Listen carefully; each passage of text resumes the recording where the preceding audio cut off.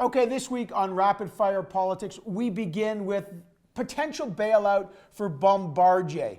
Good news for them. Great news right? for them. Delta says they'll buy up to 75 planes. At what price? We don't know when they'll actually do it. Clearly, the Transport Minister, Marc Garneau, has signaled he's very empathetic. From Montreal. Right? Yeah. And he got a little affinity with the aerospace. He likes planes. Yeah, he likes something flying. yeah.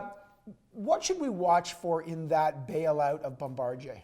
I assume some money is coming. Even though they've got this big sale to Delta, the story is that they need some money for cash flow reasons.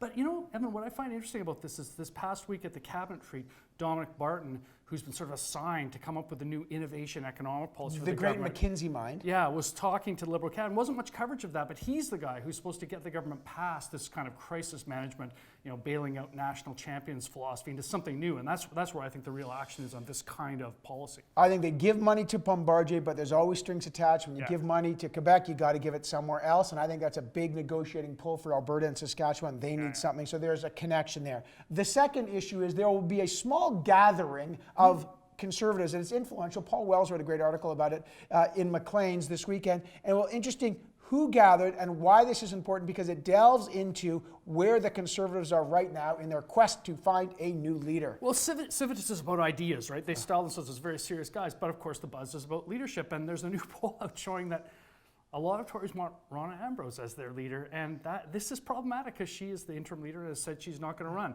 Kevin O'Leary is up high in the polls. These are not the mainstream candidates. And another poll said that some of the Conservatives wanted Stephen Harper back.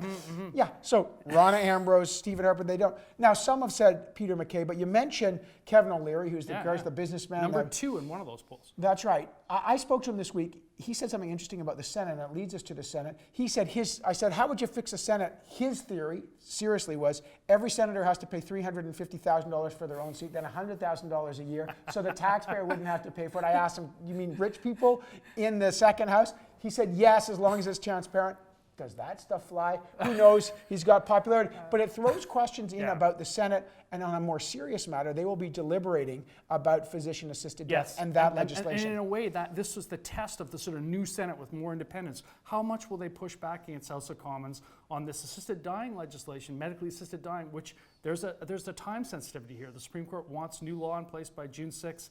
Is the Senate going to push back on this? Are they going to ultimately acquiesce with the House of Senate? I think it's just a fascinating test of what is a new dynamic between the two houses. Test of Peter Carter, who's the government leader, but he's got no caucus and he's independent, only the powers of persuasion. And Claude Carignan, Jim Cowan, who's the de facto head of the Liberals in the Senate. And Claude Carignan was interesting. He was the former head of the Conservatives in the Senate. Said to me, this bill could fail on both sides. Those that think it's too loose, the legislation, and those that think it's too restrictive, they may both act to oppose it and kill it. That Fascinating week on Parliament Hill coming up. All right, that's all we got on our rapid fire-ish That was politics. rapid, quite rapid. Was it? I think so.